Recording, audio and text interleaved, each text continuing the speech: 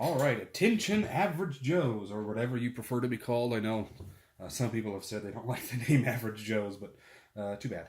Um, this is going to be an update on the Tamiya 48th group build. Obviously, the two kits in front of me, the Leopard 2 and the BF-109, neither of these are a Tamiya 48th kit. This is a Tamiya 35th kit. This is an Airfix kit. Box over here has my Elephant that I've been working on for the group build. But this is going to be an update mainly regarding what to do when you are finished with the build. As you can tell, I have airbrush stuff out. Quick little update for that. Airbrush 103, the next part in the 101 series, should be up later tonight, and we're going to go over the parts of an airbrush and what parts you should keep spares of. But back to the group build. It's at the point in the group build where we have a few people, I think, getting close to finish, if not already finished, just haven't let us know. But like we have in the rules state that you need to have a final reveal thread. And what that is supposed to be is a post letting us know, one, that you're done, and two, to show us the final pictures of what you did. Now, in the rules, it says you need a minimum, I think, of 6 pictures. That would be, of course, front, back, the 2 sides, and then 2 extra pictures of your choice. We also say in the rules, or the rules also state, that you need to have some close-ups. Now, I know a lot of people would consider that a close-up. That is not a close-up. That is a close-up. That's an even better close-up. That probably wasn't even close to in focus. I'm using my phone to record this. That's another thing. People always ask, what kind of cameras do I need to use for my final reveal photos? Well, that's up to you. If you have a DSLR and are competent with it, go ahead, do that. If you just are going to use your phone, fine. That's what I'm going to use. That's what a lot of people do. Most new phones and most smartphones that are a few years old can take amazing pictures that work fine for what we're going to do or what we expect to see. Another thing to remember is if you're going to upload from your phone pictures onto Facebook, make sure you go into the settings and check the box that says upload photos in HD. So those pictures you need to have, according to the rules, at least 6 pictures. More is always better. Front, back, sides, and then 2 extra of your choosing, at least including some close-ups. Now, one of the reasons I say more is better is judging for the group build is going to be first done by the members. And everyone who finishes will be put into a poll, and pictures will be added to an album of everyone's build.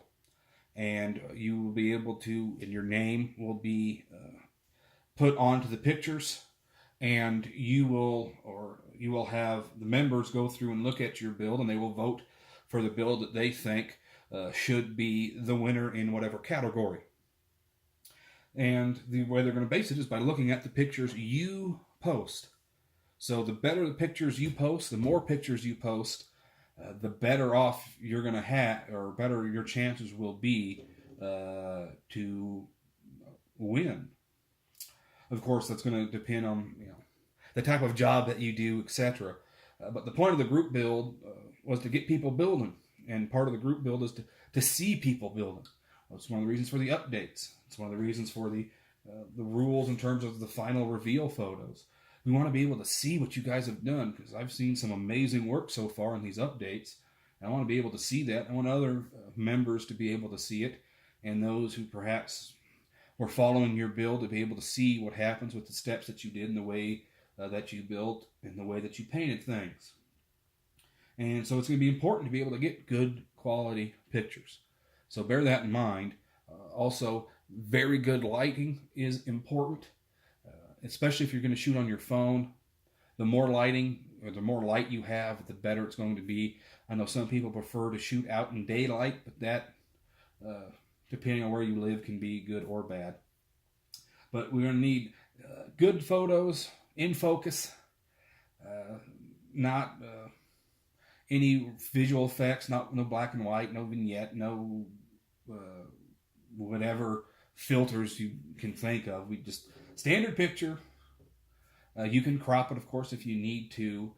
You go in there to Lightroom or others to change the exposure after the fact, do anything like that. And by the way, you can get Adobe Lightroom on your phone, and that's a free app, and it does a great job at post-processing some of your photos to increase the brightness and exposure and all that.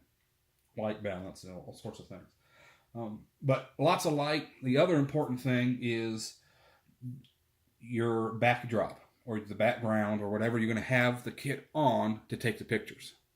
Like, as you can tell, you can quite easily tell, my desk is a mess. Absolute mess. Even off the desk, the floor is a mess. Everything in my shop's a mess.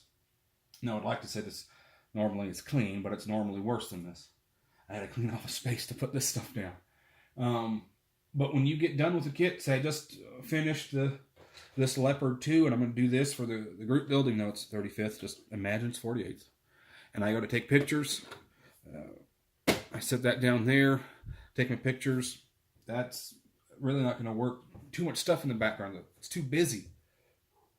You're really going to need, and we are really expecting guys to use a good, clear background. Now, if you have to shoot at your workspace, that's fine. I know a lot of people have to do that. They don't have the room to do anything. And again, we don't expect everyone to pull out photo booths and DSLRs and $600 to $1,200 cameras and lenses to take pictures of their kits. That's not required, not even expected. Phone, again, is fine. But have a good, clear background. If you use green cutting mats, just take your pictures on that. Just clear the clutter out of the way. For me, that would take probably an hour to clear this desk off.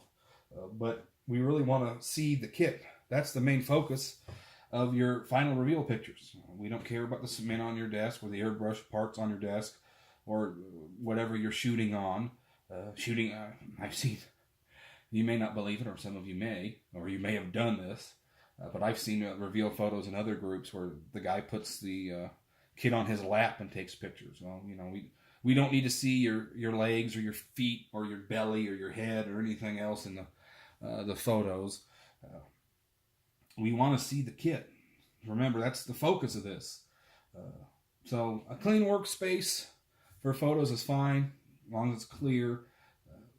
If you need to, if you don't have any good place to take a photo, use a kitchen table with a good non-busy, non-brightly colored tablecloth, or all sorts of stuff that you can use as a backdrop for a picture. If you have a large desk calendar, pull one of those things off and use the back of it. They're usually not printed on. Or you can go to a store like Walmart or Walgreens. Well, I don't know if Walgreens would have it, but a place like Walmart or any art store and get one of those big sketch pads, one of the big ones, and take one of those pieces of paper out and lay it down. Those make great backdrops for photos.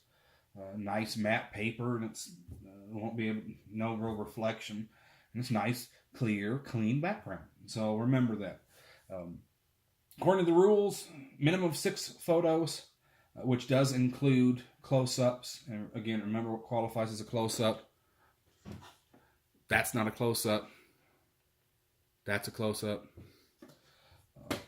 So 6 pictures, front, back, 2 sides, and then you have the 2 extras. Those can be your close-ups. And in terms of the close-ups, do an area of the model that you think looks good, or of the cockpit if you're doing a plane, or an area of weathering that you really like the way it came out, or maybe an area that you're not so happy with, and tell us why.